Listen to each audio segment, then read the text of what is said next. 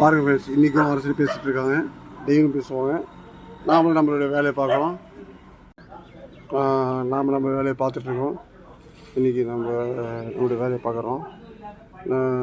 கொஞ்சம் ஸ்ட்ரகிள்ஸில் போயிருந்தாலும் நம்மளுக்கு வந்து முயற்சி இருக்குல்ல, கண்டிப்பாக வந்து இந்த முயற்சி வந்து நமக்கு எங்கோ கொண்டு போகணும். கண்டினியூஸாக ஒரு முயற்சி பண்ணுறப்ப தான் ஒரு பெரிய சக்ஸஸே கிடைக்கும்னு சொல்லிட்டு சொல்லுவாங்க.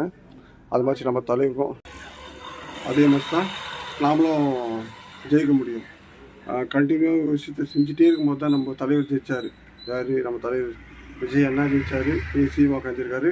நம்ம சாதாரணமாக எடுத்துக்கலாம். ஆனால் மிகப்பெரிய வெற்றி தான் அதை நினச்சா கொண்டாடிட்டே இருக்கணும். ஆனால் காசு இல்லை கொண்டாடிட்டே இருக்கிறதுக்கு. அதனால் வந்து ஒரு நாள் கொண்டாடணுமா, அதெல்லாம் முடிஞ்சிச்சா? இனிமேட்டு வந்து அவர் வேலை பார்க்குறாரு. நம்ம போராடி நம்ம உட்கார வச்சிட்டோம் அந்த சீட்டில். அதுக்கு எனக்கும் ஒரு பங்கு இருக்குன்றப்போ சந்தோஷமாக இருக்குது. உண்மையிலே சொல்கிறேன், சத்தியமாக ஒரு சின்ன ஒரு துளியாவது நம்மளுக்கு நான் வந்து அவங்க வெற்றிக்கு பாடுபட்டிருக்கேன். அதனால் அதில் நினைக்கும் போது எனக்கு பெருமையாக இருக்குது. இனிமேட்டு நம்முடைய இந்த சமூகத்துக்கு, இந்த நாட்டுக்கு நம்மளுடைய உழைப்பை செலுத்தணும். அவர் எப்படி அவருடைய கடமைகளை கரெக்டாக பண்ணுறாரோ, நம்மளும் நம்மளுடைய கடமைகளை பண்ணி இந்த நாட்டுக்கு வந்து பொருளாதார ரீதியாகவும் நம்மளுக்கு பொருளாதார ரீதியாகவும் எல்லாருக்கும் குடும்பத்தில் ஒரு யூஸ்ஃபுல்லான ஒரு பர்சனாக இருக்கணும். அதுதான் என்னுடைய ஆசை. எல்லாருடைய எய்மாவும் அதான் இருக்கணும். ஏதாவது ஒரு முடிவாக இந்த சமூகத்துக்கு நம்ம ஒன்று செஞ்சுட்டே இருக்கணும். அப்போ தான் வந்து இந்த சமூகம் நம்மளை மதிக்கும். நம்மகிட்ட இந்த சமூகம் பண்ணும்போது நம்மகிட்ட காசு வரும். காசு வந்தால் நம்ம ஆட்டோமேட்டிக்காக மதிப்பு வரும். அதை விட்டு வந்து யாருக்கு நம்மளை மதிக்கலை, இது பண்ணலன்னு சொல்லிட்டு நினைக்கக்கூடாது.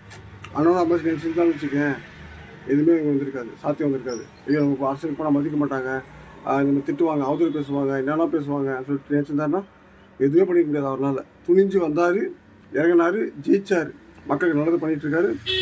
5 வருஷம் பண்ணுவார். இந்த ஆட்சி வந்து யாருமே மறக்க முடியாத ஆட்சியாக இருக்கும். ஏன்னா அந்தளவுக்கு பண்ணிடுவார். யாருமே பண்ண முடியாதெல்லாம். அதனால் நம்பிக்கை இருக்குது. நாம் இதுக்கு மேலே நம்முடைய வாழ்க்கையை நம்ம பார்த்துக்கணும். நம்மகிட்ட குறையெல்லாம் நிவர்த்தி பண்ணிக்கணும். பல்லு கொஞ்சம் இல்லை, அது போய் முதல்ல பல்லு கட்டணும். காசு கொஞ்சம் சம்பாதிச்சு பல்லு கட்டணும். கல்யாணம் பண்ணுறதுக்கு முயற்சி பண்ணணும். கல்யாணம் ஆகுதோ இல்லையா, ஆனால் முயற்சி பண்ணுறோம்ல, அதுதான் விஷயம். இனிமேல் அவங்க வேலை பாருங்கள் ஃப்ரெண்ட்ஸ். நிறைய வந்து சமூகத்துக்கு ஒரு நல்லதையும் செய்யறதுக்கு முயற்சி பண்ணணும். நம்மளால் முடிஞ்ச அளவுக்கு முயற்சி பண்ணணும். அண்ணா வந்து கட்சி வந்து நிறைய காசு தரலை, நம்மளே தான் போட்டு பண்ணணும். இதுக்கு மேலே நிறைய செலவு பண்ணாமல் ஆக்கப்பூர்வமாக கொஞ்சம் காசெல்லாம் சேர்த்து வச்சு கட்சிக்கு என்ன பண்ண முடியும் பண்ணலாம். கட்சி நிதி வராது, ஏன்னா அவர் நேர்மை நிதியை சொல்லிட்டு போயிட்டுருக்காரு. ஆனால்